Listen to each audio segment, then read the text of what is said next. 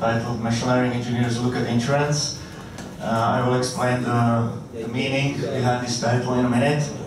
My name is Peter Zvirinský, I'm a machine learning engineer in CEAi. And before we start, I would like to ask all of you, who here only speaks English, or doesn't speak Slovak or Czech? No one? Okay, never mind, so we can at least pretend that we are international. And who here is from the insurance business, like an actuary, or really, underwriter? No, actually, data scientist, but in Switzerland. Oh, very cool, very cool. Okay, so interesting. So let me get started with the presentation. I have a short disclaimer that I would like to start with. So insurance is a pretty broad topic, and I don't want to go into specific details regarding specific models. I would like to set up the problem more like, because insurance is not a very typical area of applied machine learning, let's say. It was a very new area for me as well. And also, I will not present any fancy models. It will be mostly old school statistics. So if there are some statisticians in the room, they will be pretty bored, at least in the first half, I guess. Then we'll go into something more interesting, but still I would like to get technical enough so that we can talk about specific problems and issues. So expect to see some formulas, and also another disclaimer: there will be no deep learning. I will not use the word deep anymore in this presentation. So let's get started. Okay, so again, as I said, I'm a machine learning engineer in CEAi. I'm also a PhD student at Charles University in Prague. I'm a part of the Department of Theoretical Computer Science and Mathematical Logic. If I should probably summarize my background in machine learning, just so that you have an idea why I'm standing here. So I would say that my machine learning career started in Seznam, where I worked for exactly 3 years, I think. And there I worked in an advertisement department of Script. So for those of you who don't know, Seznam is the largest, not largest anymore, but it used to be the largest full text search engine in the Czech Republic. Now it covers only like 35% of the market. When I was there, it was still more than 50%. So. Okay, and since you have full text search engine, you also have to have ads to make some money, and that was exactly the department I worked in. So the task I worked on was mostly something like behavioral targeting, so stalking people on the internet, gathering as much info as we can get, and use that to target ads.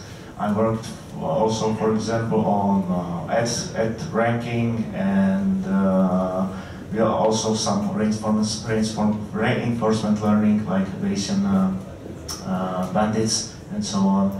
And then in 2016, I switched jobs and I went to CEAi, where I started again on Merlin Intelligence, which is our Know Your Customer product, and it's mostly about screening bank customers and screening their background for some suspicious activities. But again, basically, in terms of machine learning, it was some text ranking, I would say, and working with text classification and so on. So basically, until here, I worked mostly with text data, and also on university, maybe I would say, here I focus on not really machine learning. It's the topic of my dissertation is something with social network analysis. So I mostly work with graphs, random walks on graphs, and so on. So again, not much experience with insurance. And then in the beginning of 2017, my boss asked me if I would like to work on insurance. I said, like, sure, why not? So that's how my career or experience with insurance started. Because within CEAi, it's sort of an incubator, and we started an insurance venture, which is called Tower Street, and basically this is supposed to be an insurance product or insurance company that insures large, mostly American companies against cyber breaches or security incidents. So if you would imagine, for example, Target or Sony or lately Equifax, those would be the type of customers we would probably not like to insure. And yeah, that's it. So that's why I have some experience with insurance. And also, that was like the main reason for the talk of the presentation. The name of the presentation was that I'm a machine learning engineers, but I've never done insurance. And this presentation should basically break down my view on insurance, how I understand it, how I try to solve it, and how successful I was. So now let's get to the problem. So, like, imagine that you have a set of companies. Also, I should say that most of the talk is pretty generic enough that should apply to all types of insurances, but when I need some examples, I will use cyber insurance as an example. So for now, let's say that we have a set of companies that we would like to insure, right? So we have this little bubble, this is our world, and now let's say that something bad happens. In this case, something bad means a breach happens, which generates a claim. And the claim is basically the situation or the event that triggers a payout from the insurance company. So basically, if the insurance company covers something, this is when it gets paid out. And so in this case, let's say Equifax, Target, and Sony all get breached, and they generate claims, let's say of these sizes. And the sum on, let's say that it all happened within 1 year, and the coverage only worked for 1 year. And now the insurance company has to pay out, but still it has to somehow come up with a premium or a price of the insurance so that it would be able to cover all these losses but still be profitable. So how would you do that?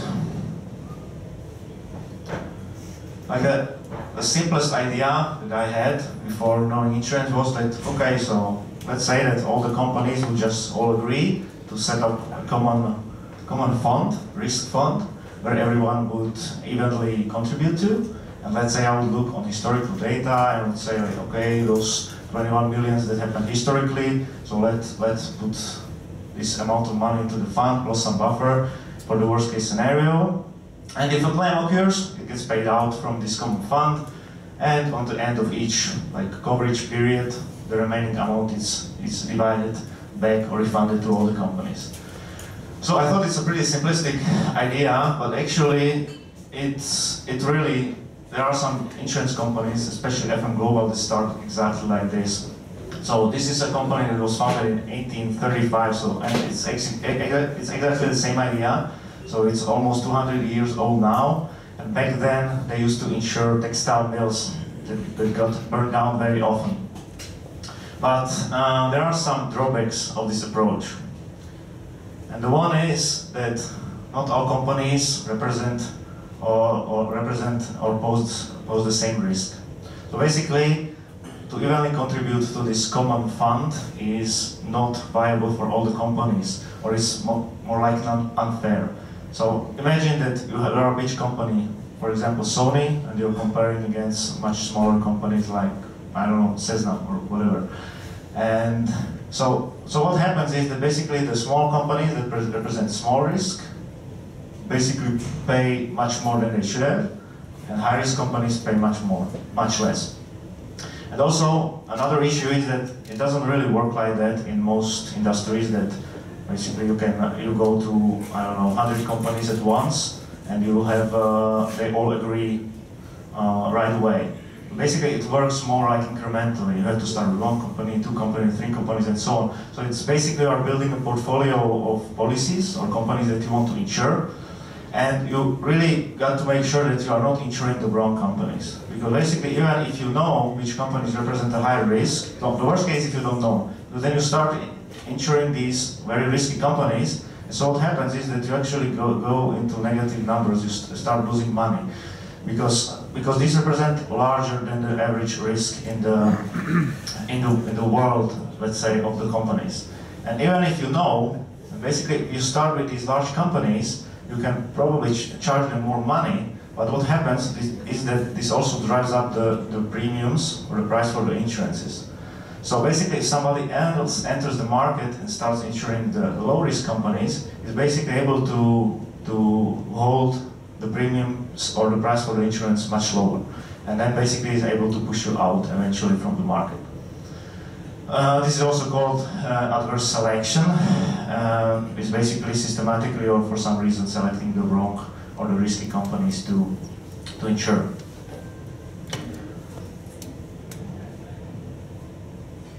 Okay. So basically, the main result of this slide is that you actually need to be able to assess the risk or the potential losses that you can get from each of your customers. So, if you would look or think about the possible loss distribution on a specific company, so this is how it would probably look like. So, the probability of claim is usually pretty small. So, the most of the mass of this distribution would be around 0 when there are no claims. And then, if there is 1 or 2 claims, then you would actually have some distributions of losses. And if you look at this chart, you can actually see 2 bumps, one right here and one right here. And if you know anything about statistics, then you know that 2 bumps is usually an issue. You always want to see just 1 bump. So modeling this directly is usually problematic, although there is a distribution that perfectly fits this case. It's called a Tweedy distribution, and it's very useful when you want to model especially like a mixture of zeros plus some continuous variable. And the Tweedy distribution is basically a mixture or a combination of a Poisson. So basically you expect that the zero mass is generated by a Poisson process, and non-negative mass or the losses are generated by a gamma distribution. But what insurers or actuaries mostly do is that they actually split the 2 parts, the zero mass and the losses, into 2 different distributions or the 2 So they separately model the frequency of the claims. This is called the frequency model, and the claim size or the severity model. So the severity model, as I said, is a continuous response problem, and the frequency model is usually modeled as predicting probability. Then you are only assuming that 1 claim per company can occur within a time frame, or you can model it as a count response, as the Poisson, for example, which I said. And then this would give you together the distribution of losses for one specific company. So let's start with the frequency model. How can you actually model it? So as I said, the simplest approach that also we used on Tower 3 was just let's predict the breach probability for a company in, let's say, next year. So basically, how we model it, that you have only 2 classes, claim, in this case it was breach, or no claim, no breach. You create a data set like that for each year, that you have data for, and then you just train a logistic regression with a bunch of features. In this case, we just used a bunch of financial features that we have available from some proprietary data sets, like, for example, Bureau Van Dijk. It contains all the financial history of the companies, like revenues, market capitalization, and all stuff like that. Then again, to prevent overfitting, we used some classical regularizations. We used L1 mostly to do the feature selection. And then here is a quick evaluation of one of the iterations of the model. As you can see, it's far from perfect. It actually doesn't work very well. And the one reason is that the features are not very predictive. Those that are mostly like market capitalization, total assets, or number of branches. So these all basically represent the size of the company in one way or the other. It actually makes sense the larger the company is, like the larger just the probability is that it gets breached. It's not so surprising. But again, what is interesting about insurance is that, like most of the models that I've seen, are not really focusing or cannot even go and like get a really good, for example, precision.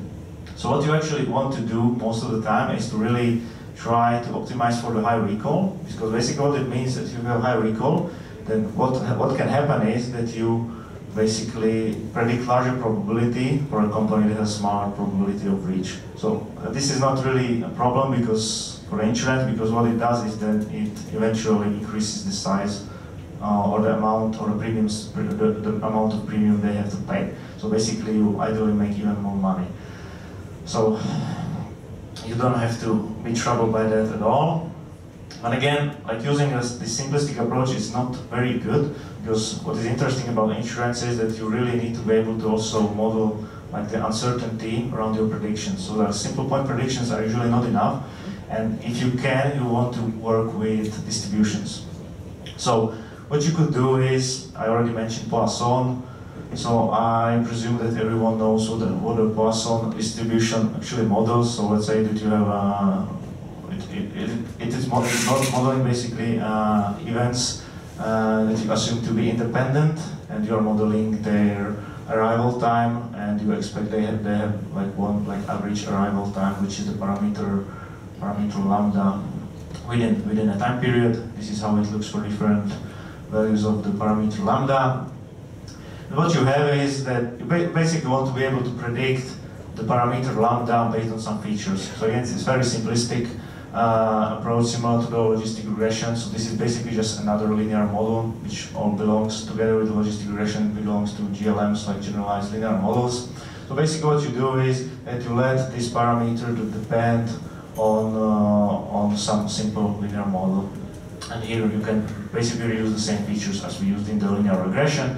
And then what you can use for the modeling in the later stages is the distribution. And it's pretty neat. I actually never done this kind of regression before in my life. So I was very pleased by this. So some of you might ask, especially ML guys, how do you fit such a model? So there are like two approaches. One is like frequentist, just classical. There are maximum likelihood estimates for these types of models. So you can basically come up with a system of nonlinear equations in this case, and they do not necessarily have a closed form solution, but you still can. There are still some numerical approaches how you can actually calculate the approximation. For example, like this. This type of regression is present in most like statistical software like R, SAS, SPSS, and so on. I actually never used none of these, but I found them in the tutorials. I mostly use R for statistics. But then the second approach, this is not very interesting, at least to me. What I found more interesting is to use a Bayesian approach. So basically, you can take the same model and model it like a hierarchical Bayesian model. So this little plate notation is basically generated from the PyMC3 library, which is a library for Bayesian modeling in Python. So basically what you do is that you create a compound model or a hierarchical model that has several nodes. So on the top is actually the Poisson distribution that depends on parameter lambda. Then you have a deterministic step here where you calculate actually the linear regression part, or the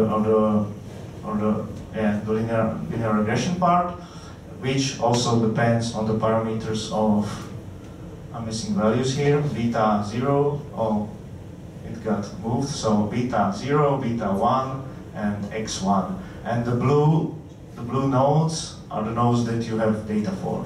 So this is basically the feature of the company, and this is the breach you have observed in a given time period. So basically you create this model, set the data where you can see it, and then you can fit the parameters using Merkle chain Monte Carlo. It's a very nice method because it not only gives you like the best or the single value for each parameter, but it gives you the full posterior over all the parameters. So you can actually visually see how well your model fits.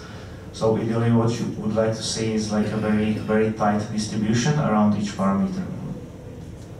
And also, like using Bayesian models, there's a lot of additional nice things about it. For example, you can also directly estimate the uncertainty around your predictions and around how well you fitted the model, or also, for example, include expert knowledge in the models, which is also something which is very common in the insurance world, because often you don't have data, especially for such areas as cyber insurance. So basically, if you can set the priors for these different parameters, it can actually help you get a better model in the end. So, very nice. And another question, what about overfitting? So, again, there are two approaches for linear models, or let's stick to linear models now. Again, frequentists use some statistical test for simple linear models. This, for example, the F-test. So basically what you do is you create a model with a certain set of features, then you add a new feature, and you do a statistical test if the new model is much better than the previous one, or statistically significantly better. If it is, then you include it, and you can just continue like that. There is actually an automated procedure for that in scikit-learn. Never used it, but you can do it. again, as I said, I'm not really considering this approach that much. What is more interesting to me is actually the Bayesian approach, which is basically you are just relatively comparing different types of models. It's kind of similar to this one, but there are basically a specific quality metrics for your model or how well it fits your data. They all use like three most important information. One is the number of parameters, which represents the complexity of model and how well it fits the data, basically the likelihood of your model to the data. And this, the first one, AIC, Archaic Information Criterion, is the oldest. It uses only these two things. So ideally, you want to have the simplest model possible that fits your data well. And then you have some improvements on the previous metrics. For example, Bayesian criterion method. But AIC also adds the sample size on which you fitted the model. This is especially good if you use Markov chain Monte Carlo, and then are some others, newer ones. The deviance information criterion, the DOIC, and the Bayesian predictive information criterion, BPIC. This is from 2007. You mostly see people using these three, and they, like, I haven't had experience of them to be completely, to be very different. But what usually happens is that you want to pick the one model that actually minimizes this metric. Okay, so again, Poisson, you can do this, and using Poisson is a very nice idea, but again, if you start working with some data, especially cyber-related data, you find out that it does not really fit the data very well.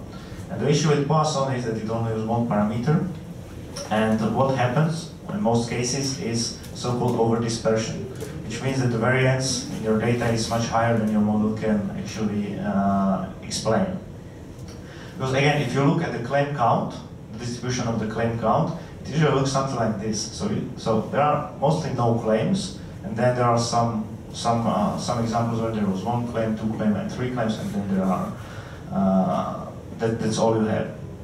And basically, how Poisson is defined is it only has one parameter, lambda, and it expects that the variance and the mean of the observed data is the same. So again, if you just logically think about it, if you have so many zeros here, the mean gets really small, and most of the time this assumption is broken and actually does not fit the data very well. So what happened is that in most cases it does not fit. I've seen actuaries or some application insurance modeling when they don't really care about this, so they use it anyway. It can be proved that it actually does not include any systematic bias into your model, so it's not such a big problem. But again, what you want to do in insurance, especially what we want to do in cyber, which is usually very high variance data, is you want to model the uncertainty as well as you want. So basically, you want a distribution that fits your data very well. So this is not a good model to use for us. So what can you do about it?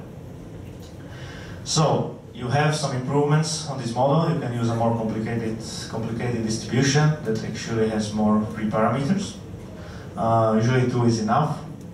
I will go over several examples. Actually, 2 examples. One is the zero inflated Poisson, which adds a new parameter pi, and basically what it does is that you expect to have, again, a similar histogram as previously.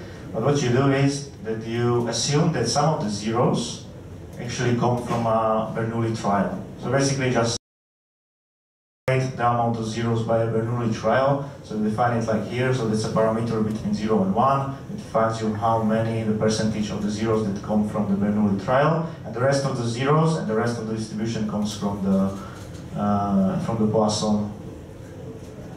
So that's it, and again, you can actually build a regression model in a very similar way. So basically, you have 2 parameters now. You can have two simple linear models. One is defining the lambda parameter. The second is defining parameter alpha. There's just one technical note here that you have to use like a logistic link function to actually keep the parameter pi between 0 and 1. It's just like a technical issue. And yeah, again, you can fit it the same way as previously, either using maximum likelihood, or again, you can model it also in like the Bayesian way. Another approach to deal with over-dispersion, which is actually the one I prefer, is to use a negative binomial distribution. Like, if you know negative binomial distribution, the usual definition is that it's like modeling the number, like it's a generalization or like a different alternative to the binomial distribution, in terms that it models like the number of successes that happen before a number of unsuccesses, where the individual like events are basically coin flips. So we also define the probability of the success plus the number of unsuccesses that we want to see before k successes. It's a bit complicated. I don't use it. But what is more interesting is that you get the same distribution if you just put the gamma distribution around the lambda parameter of the Poisson. And basically the mass function then looks like this. Again, it's pretty complicated, but what is very nice about it, that you can, one parameter is again like mu, which is the rate parameter. It's very similar to the lambda parameter, but then you have another alpha parameter which directly controls the variability or the over-dispersion in the model. So this is very nice. And what you do again is just regress it a similar way, and then write it down, and again you have some linear dependence, some linear like features, some linear model that is defining the mu parameter. So, and this is actually the distribution that fits our data best, even better than the zero-inflated Poisson. That's actually not a very used method. They all recommend to actually use the negative binomial if you can, because in most cases it does fit the data much better. So, again, so this was all for the frequency model. So basically now we are able to fit a model that is predicting the frequency of the claims or the breaches in our case, and now we want to move to the severity model. So now, given the claim, what will be the expected loss, or what will be the losses? Again, you don't need to use, for example, this type of gamma regression. Again, the first thing what we used was just a simple linear regression, but then we had like the same type of problems. You somehow have to also assess the uncertainty around the predictions. You can use standard errors from the linear regressions as well, but again, like assuming normal distributions of errors as for losses is not completely is not right. So what you do is that you can apply a very similar approach as previously. Just you switch the distribution to a gamma distribution, which is a continuous distribution. Again, you don't. This is the typical parameterization, which is not really well fitted for our case, but you can actually reparameterize the gamma distribution again to be parameterized by the mean plus the variance. And what you do then is then again you do a simple linear model underneath the gamma distribution, and again you can fit it by PyMC, and the Bayesian approach works here as well. And gamma distribution is the one that is used mostly for losses, so there are not so many to choose from for this particular case. Okay, so now we have one model for frequency, now we have one model for losses. So what's next? So what you do is that, again, you have this cloud of companies. Let's say that you create like a canonical portfolio of companies that you would like to target, or this is what you already have. And now you have to estimate the losses for your whole portfolio. So what you do is that you have these companies, for each of them you have like a frequency model with specific parameters. So what you can do is to do a simulation of how would your portfolio behave, or how it would turn out. So the first thing you do, you select the period for which you want to run the simulation, let's say 1 year, then you pick one company, then you predict the amount of claims that it will generate in a given sample, the number of claims for this company. If it will be non-zero, then you would sample also the losses, then you would sum it, and this would all go to the portfolio distribution. It would look like this if I don't include the zeros. And this one actually, again, usually fits gamma distribution best. And the reason why you need it is for the next and final step, and that's pricing. But before going to that, let's look at the output of the Monte Carlo simulation more. So what you do is that basically you run this simulation many times, many iterations. So this is one iteration And how it looks is that again you sample the number of claims. If there was no claim, then you have like 0 losses. This company was breached. You generate, for example, this type of losses. And what you do is that you sum it over the lines. And here you create this portfolio level distribution of losses, which you need for the pricing as well, because this is the amount you expect to lose. And you have this distribution, the distribution of this portfolio, and then you also have a similar distribution for each company. So this is basically the compound like loss for each of the models that's combining both the frequency and the severity model. And this is what you need as input for pricing. So yeah, before going to pricing, there are a few technicalities that we have to define. One is the value at risk, and the second is tail value at risk, which is very important concept for insurance companies. Value at risk is defined basically as the worst X percentile of losses that can happen. So basically this is the 99th percentile of the distribution. And the TR is defined as the mean of the rest in the tail. This is very important for the companies because they want to know what's the worst scenario that can happen within their portfolio, because this is the amount of money they have to keep in a liquid form. So if it happens, they are able to pay out. This is actually something that's regulated, and they have to comply with it. So if we have these things, we can move on to pricing. So again, there is some super crazy formula, which is actually not so complicated, but there are many Bulgarian constants going into it. But what is most important is the portfolio TR, the expected loss, and then the company TR of a specific company. So this is on the portfolio level, this is on the company level. And again, as I said, the TR is important because it defines the capital reserve, which the company needs to have the insurance company needs to have in liquid form. And to this capital, we actually add the cost of capital reserve, which is basically the interest the insurance companies want to make by having this money in a liquid form. So you can imagine that if you have, I don't know, $1 million, you can either invest it in, like, I don't know, Bitcoin, which will give you some interest rate, but the insurance companies actually decided to invest it into the into insurance and actually covering losses. So let's say they want to make, I don't know, $50,000.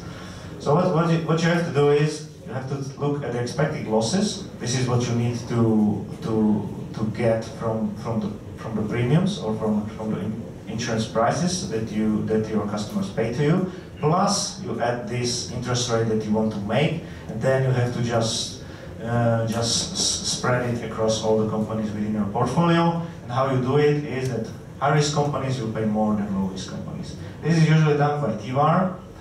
You can do it also by expected loss of given company. You don't need to use TVAR, it's also very common. But what happens is that TVAR usually works good for CAT or catastrophe type of insurances, when usually most of the risk lies in the tail. So if you use means, they don't reflect the risk differences between different companies as well. So that's why we actually use TVAR. And then as output from this crazy Excel sheet, plus you add some I don't know, fixed expenses and other types of expenses that are tied to, I don't know, some systematic things around insurance, and then you get a premium in money. And if you calculated everything right, you should be making money in the long term. So, my question, is this it? What's the time? Do you think this is it? Or is there something missing? We still have time, so probably something more is coming. So yeah, sometimes things don't go well. And so what happens is, there are some guys from Swiss right here, so they probably are familiar with this case.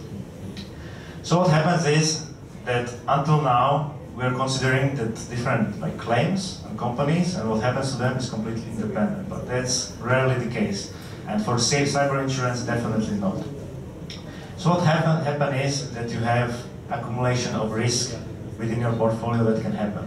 In this case, what happened is there was a huge fire or explosion in a port.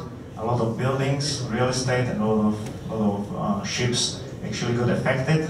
and some insurance companies had to pay really huge claims. It was a big issue. And so,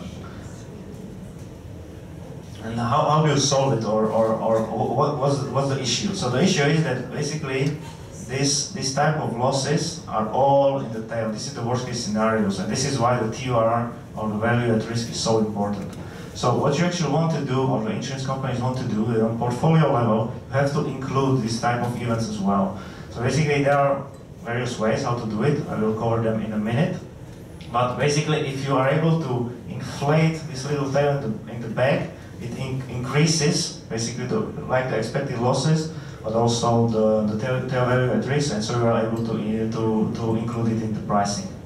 And this is a pretty big deal to insurance companies, especially the super large ones. So imagine you have like a massive portfolio of like really thousands and thousands of customers and different types of insurance lines, and they all interact between each other. So you need to cover it and include it into your prices.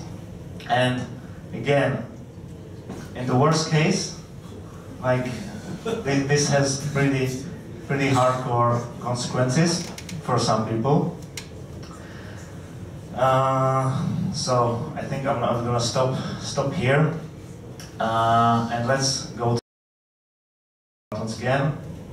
So accumulation risk, how to approach it. So again, a very simple approach is to extend our previous approach. So again, we are assuming for frequencies Poisson, which assumes independent event. So let's add some dependence. And again, there are some extensions to the Poisson process. One is the Hawkes process, which is a form of self-exciting process, which means that it adds another term, which basically increases the probability of, if some event happens, it increases the probability for some period of time that another event will increase. So basically it has three parameters. One is the base rate, which is the same as in Poisson. The second parameter is alpha, which is the intensity increase after an event, and beta, that's like the decay parameter, how the intensity is decreasing. How it looks in practice is that, let's say that here is an event, here is an event, here is another event, it raises, then it goes down, another event, it raises once again, down, and it goes like this. How it looks, or how the conditional intensity at specific time is defined is like this. So this is your base rate, and this is the little part that is defining the increase in the time after a specific event. So this is basically summed over the time until present, and you put it through this like exponential function. So that's why it's like exponential decay. You can use another functions here as well on different types of kernels, but this one is used mostly in the finance world. Another interesting thing that could be defined, and this gives you a nice overview of this model, is the so-called branching ratio, which basically tells you, like on average, like how many of the events are generated internally, meaning that the events are producing them on their own, and how many of them come from this base rate. So for example, we fitted this model to our data. What was interesting that it actually fits bridge data better than the regular Poisson, and the branching ratio was around 30%. So like this could be explained, or we could talk about it like some sort of correlation factor. And then we talked to a bunch of insurance companies, and I just asked that, like, could you tell me like if this value is completely like off, or how much are you considering, and so on. And it was actually around that value. They are usually considered a little bit less, even around 20%, and it was not completely off. So what I'm trying to say, there is some justification to using this model, although it's super simplistic. Again, this is some sort of baseline that we used. But again, it's a very interesting model. I've never seen it before, and you can actually do a whole regression around it as well as we used previously. But what people do mostly in insurance, one more slide. So just to showcase what's the difference between a regular Poisson and the Hawkes process is that, let's say that we are simulating the Poisson and Hawkes process with the same base rate, and let's say the branching ratio 30%. So what happens is, this is the histogram of the Poisson, and this is the histogram of Ox. As you can see, like if you look at the mean, it would not be so much different, but if you look at the tail, it's actually much larger. That's actually this part that's generating this much fatter tail. This is actually what we want for the accumulation of risk scenarios to be included. So again, if you would simulate this one, it would make the tail a little bit fatter in the end, which is what we are after. So this is one approach, but what companies or insurance companies do mostly, especially in non-life insurances, is like a simulation approach. So basically, imagine that again we are in cyber insurance. So what you do is that you already have a simulation. So what you can do is just let's just simulate specific events within our portfolio and include it into the loss distribution of your portfolio. Now it can look, for example, for data breaches. It is, for example, one is leakomania. These ones actually are sort of standard, or they were published by RMS. These are the ones that they are using it. So basically, what this one is saying, leakomania, is like a systemic release of confidential customer records from many corporate enterprises at once because of some common zero-day attacks or vulnerabilities that were uncovered. The second is, for example, cloud compromise. Again, most companies are now moving all their data to cloud, so it gets affected. A large number of companies get affected as well. So what is the result? The result is that the billions and billions of confidential data get exposed, and the companies have to pay fines and all types of different losses. So, what's the general approach? So again, you want to use some historical data. There are. So we want to build as extensive suite of scenarios as possible, so that you include all the things that could go wrong. You can extrapolate from historical data. So, for example, like from the accumulation or risk standpoint, cyber insurance is like an amazing example, because if you look at the worst vulnerabilities for the past 5 years, for example, Heartbleed in 2014, it affected over 600,000 websites, and in 2017, it was in 2014, and in 2017, 200,000 are still affected. You can check it out through Shodan. Then shell shock, my favorite. So estimated impact anywhere between 20% and 50% of all servers running web, basically HTTP. And in 2017 again, roughly 10% are still affected. Then you can use this kind of historical examples to actually come up with the new scenarios and include them in your simulation. But what is interesting is that insurance companies actually don't want to just use what happens historically. They usually also want to include like events that never happened before. It's a very interesting problem for a machine learning guy. But basically, you are supposed to come up with something or predict something that you don't even have in your data. So this is a very, very interesting problem. So what I usually do is that it is very expert driven. You cannot just rely on the data. That's true for all parts of the insurance world. Again, you can use this historical data, try to extrapolate, try to come up with new types of scenarios, and include it in the simulation. And ideally, the phase 3, because the correlation basically comes from companies sharing some factors, for example, common technologies that they use and so on. So ideally, we would like to simulate scenarios that are not strictly predetermined, but we want to just try to simulate, for example, what if this type of technology would get a vulnerability, like what kind of losses can I expect within my portfolio and so on. And so this way you can simulate many like breaches that happen, for example, at once, and it's much better. Okay. So that's it for the accumulation of risk scenarios. I will just check my time really quickly. Okay. So the last piece of the puzzle is the trend. So again, you are trying to insure companies into the future. It's usually like 1 or several years in the future.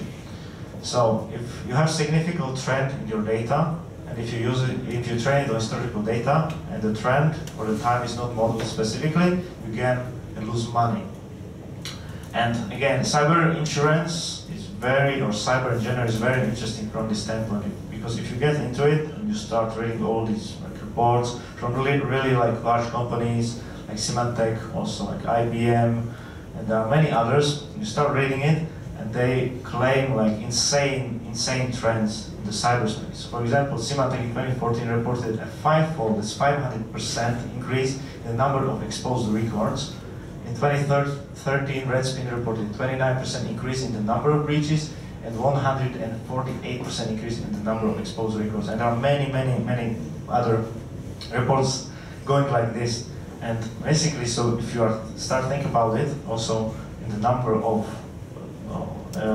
with respect to the number of records, like it looks like insane. It looks like in 5 years everyone gets breached like 3 times. So what's the deal? It looks suspicious. So the issue is again with having high variance data. Basically, what these reports all do is that they report some average values. They just gather some data set from somewhere, the average values, and then they just report it. But again, if you have high variance data, like a mean is one of the worst statistics that you can use to explain them. Because basically, if you have high variance data, what happens is that events that are far from the mean are much probable. So what happens is that if you sample many times, the mean actually usually jumps around. And to showcase this issue on the real data set, there is an amazing article about this from these guys. It's called Heavytails, which is actually debunking like 10 reports from really big companies. And for example, if you look at the number of records breached and the trend in it. This is the historical, this is data obtained from some public data set. Again, just pointing out that this is a logarithmic scale. Again, if you look, for example, on the yearly averages from 2012 to 2015, you can see a pretty clear trend over here, and you're like, okay, and this is what the companies actually report. And you're like, okay, so that looks about right. But what happens if you start averaging on different time periods? For example, monthly averages or quarterly averages. Look at these. These look completely different. And now we are starting to see a problem.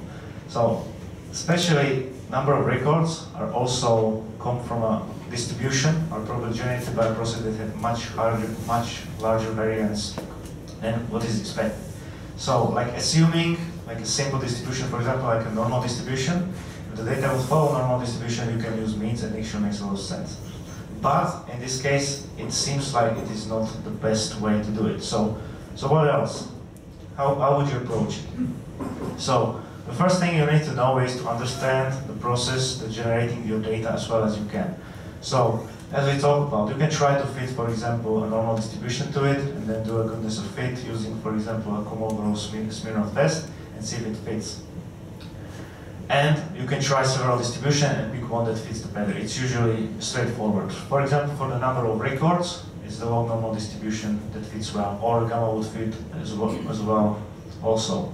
And what you have to do next is try to model trend or the expected number of losses or breaches or whatever in terms of these distributions. So basically what you do is use a very similar approach that we used before. So you'll expect that the number of records breached come from a log normal distribution, which has a parameter mu, which is again the expected number, C plus some other parameter, and you let this parameter to depend on t, which is time. And then you try several models. You try one with just beta 0, then you try to add a linear model, and then you use polynomial until, I don't know, degree t. And then what you do is you fit the model, and then you try polynomials of different degrees, and then you select the simplest one by one of the criteria we already defined. And if there is significant trend in your data, then the best model should be the one that includes also time in it. But again, surprise, surprise, in all cases, the model with only a single beta parameter was selected.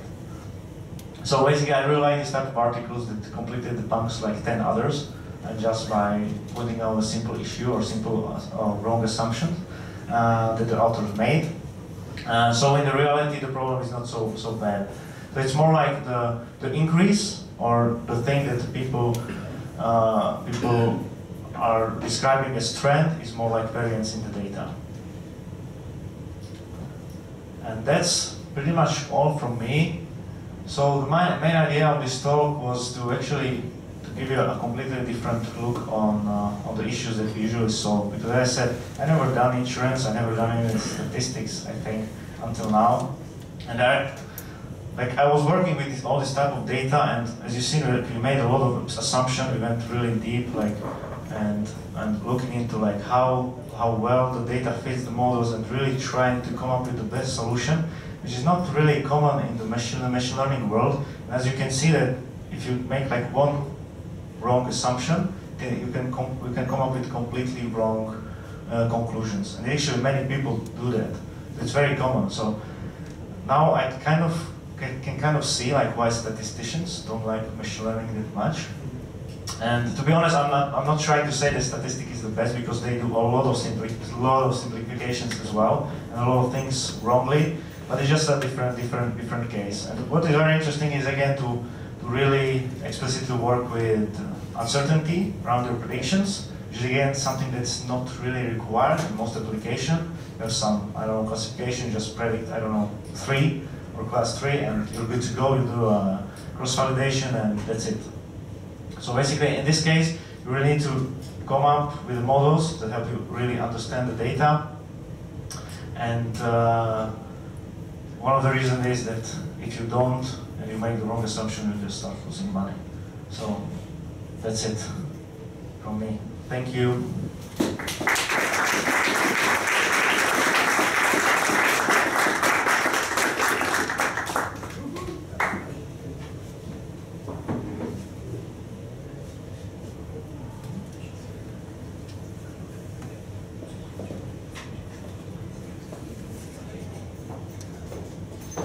Okay, so the first one. Do insurance companies use the same modeling, or are your findings improving the insurance business? So, nothing I presented here is really like a breakthrough. All the models are used already. So for example, the Bayesian models or these type of models are already used. I was inspired by several articles that are from 2005, I would say. So a lot of them are pretty old. But what we are bringing to the table is not really the modeling part, because if you start talking to insurance companies, you find out that all of them use the same models. So that's not the difference. What's the difference is the data and basically the whole infrastructure, how they calculate everything. So what we are bringing to the table is the engineering approach. So for example, in the simulation thing, like us being able to run the simulation on demand and gathering as much data about internal data about the companies and come up with this really complex simulation is something that's adding a lot of value, but not really about the models themselves. Hopefully this answered the question. Well, how often companies insure themselves against cyber attack? The demand is rising a lot, especially because of the large cases like Equifax, and it's becoming a real problem to companies, so the market is growing. It's mostly in the US, but now with the GDPR and the new legislation in the EU, it's rising here, or we expect it to rise as well. So it's getting more and more common. What's interesting that not only large companies are getting targeted, but the vulnerabilities or the attacks are getting automated. So for example, you have tools that you basically just insert some vulnerability into, and it is able to infect, I don't know, thousands of small companies. You just encrypt the data and send them emails about ransoms that they want. And it's all automated. So now also smaller companies are into cyber insurance actually. So that's it. Any other question? Yes, please. I do have one personal note to the example you presented about the Chinese destruction, what happened, and to the Swiss insurance company. Because it somehow happened to me that I was working for that company at the time when this attack happened. What a coincidence. Yeah, and I was a lecturer in Zurich, in the headquarters. Yes. And so the note is that the problem they were solving, and actually it happened that CEO and all the big men of the Zurich were fired out. What was the problem, at least in my understanding, was not why we did sell these policies of pricing. The problem was too, like reinsurance structure. So why we did not spread our risk well. So that was one of the problems. And the second one was reserving. So why we did not prepare ourselves in the reserves for something like that. So that I'm turning to my question. So you're doing pricing, but are you considering the reinsurance and the reserving in your product or in your calculation and modeling as well? For now, not, because like the idea is that we would like to start like our own insurance company, and the approach that we are saying is that we are talking to larger insurance companies that we want to partner with. We will just take the part of the risk. Like the reinsurance strategy is mostly on them for now. So we are not really modeling it in any way yet.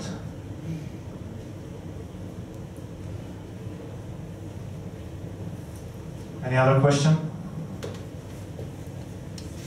Okay then. Thank you, I guess.